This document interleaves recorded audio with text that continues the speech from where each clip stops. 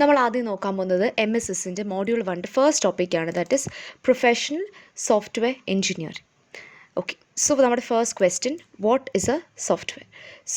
Software എന്ന് പറയുന്നത് നമുക്കറിയാം, it is a combination of computer programs and associated documentation. അപ്പം നമ്മൾ ഇനിയിപ്പം ജോലിക്കൊക്കെ കയറുന്ന സമയത്ത് ഒരു സോഫ്റ്റ്വെയർ എഞ്ചിനീയർ എന്ന് പറഞ്ഞൊരു ഡെസിഗ്നേഷൻ ആയിരിക്കും മോസ്റ്റ് ഓഫ് ദി ആൾക്കാർക്ക് കിട്ടാൻ പോകുന്നത്. സോ ഒരു യൂസറിൻ്റെ റിക്വയർമെൻറ്റിനനുസരിച്ച് സോഫ്റ്റ്വെയറിനെ ഡിസൈൻ ചെയ്യുക, ഡെവലപ്പ് ചെയ്യുക, ഇതൊക്കെ ആയിരിക്കും നിങ്ങളുടെ ഉത്തരവാദിത്വം എന്ന് പറയുന്നത്. So what is a software അല്ലെങ്കിൽ സോഫ്റ്റ്വെയർ മാനേജ്മെൻറ്റ് ഒക്കെ വളരെ ഇമ്പോർട്ടൻ്റ് ആണ്, നിങ്ങൾ അറിഞ്ഞിരിക്കേണ്ടത്. Now what are the attributes of good software? So good softwareനായിട്ടുള്ള ഫസ്റ്റ് ആട്രിബ്യൂട്ട് എന്ന് പറയുന്നത് ഫങ്ഷനാലിറ്റിയാണ്. അതായത് യൂസർ ഇപ്പോൾ ഒരു ഫങ്ഷനെ വേണം എന്ന് പറഞ്ഞിട്ടുണ്ടെന്നുണ്ടെങ്കിൽ അതിനെ കംപ്ലീറ്റ് ആയിട്ട് പ്രൊഡ്യൂസ് ചെയ്യാനായിട്ട് ഒരു ഡെവലപ്പറിന് സാധിക്കണം. പെർഫോമൻസ്, യൂസർ എക്സ്പെക്റ്റ് ചെയ്യുന്നതിൻ്റെ അത്രയും തന്നെ പെർഫോമൻസ് കാഴ്ചവെക്കാനായിട്ട് ഒരു നല്ല സോഫ്റ്റ്വെയറിന് സാധിക്കണം. ആൻഡ് ഇത് കഴിഞ്ഞിട്ട് ഇതിനെ മെയിൻറ്റെയിൻ ചെയ്യാനും യൂസ് ചെയ്യാനും ഒക്കെ ഈസി ആയിരിക്കണം.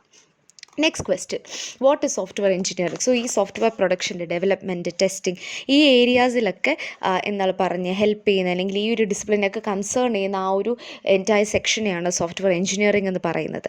ഇതിൻ്റെ 4 ഫണ്ടമെൻ്റൽ ആക്ടിവിറ്റീസ് ആണുള്ളത്: specification, development, validation and evolution.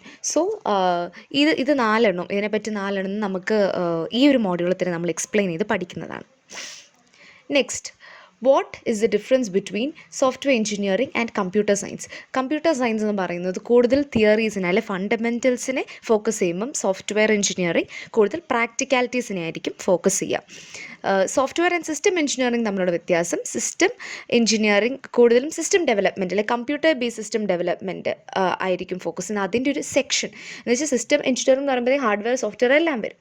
Software എന്ന് പറയുമ്പോൾ അതിൻ്റെ ഒരു പാർട്ട് മാത്രമാണ്. സിസ്റ്റം എഞ്ചിനീയറിംഗിൻ്റെ ഒരു പാർട്ടാണ് സോഫ്റ്റ്വെയർ എഞ്ചിനീയറിംഗ് എന്ന് പറയുന്നത്.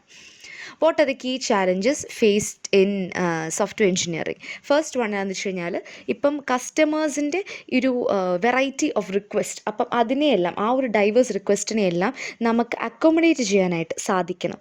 പിന്നെ അത് മാത്രമല്ല, ഇപ്പോൾ കസ്റ്റമർ ഒരു ഡെഡ് ലൈൻ പറയും, ആ ഡെഡ് ലൈനുള്ളത് ഡെലിവർ ചെയ്യാനും ഈ ഒരു സിസ്റ്റത്തിൻ്റെ ഒരു ആട്രിബ്യൂട്ട് അല്ലെങ്കിൽ ഒരു ഫംഗ്ഷനും കോംപ്രമൈസ് ചെയ്യാണ്ട് ഇതിനെ ഡെലിവർ ചെയ്യാനായിട്ട് സാധിക്കണം. What are the cost of software engineering എന്ന് പറയുന്നത് 60% ഡെവലപ്മെൻറ്റ് കോസ്റ്റും 40% ടെസ്റ്റിംഗ് കോസ്റ്റും ആയിരിക്കും ആവുക.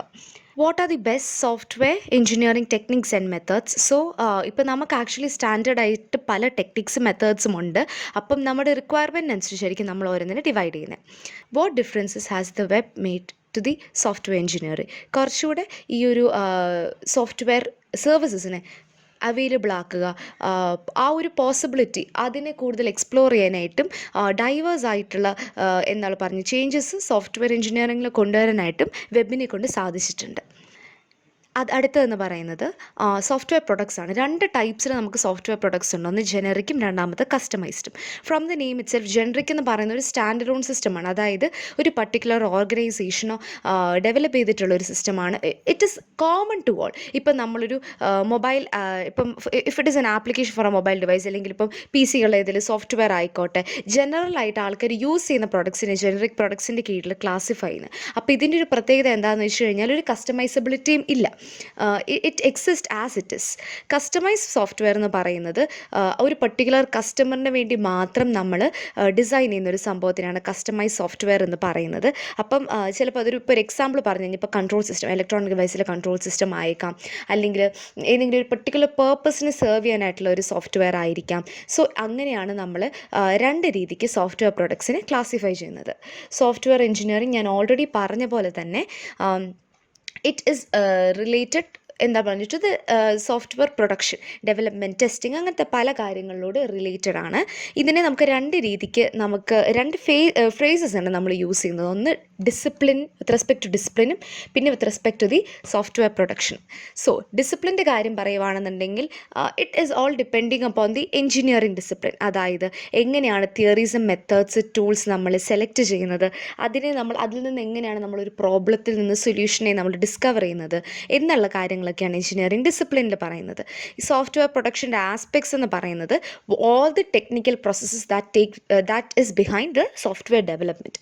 സോ ഇത്രയും കാര്യങ്ങളാണ് നമ്മൾ 2 ഫ്രേസസ് ആണ് നമ്മൾ സോഫ്റ്റ്വെയർ എഞ്ചിനീയറിംഗ് വെച്ചിട്ട് യൂസ് ചെയ്യുന്നത്.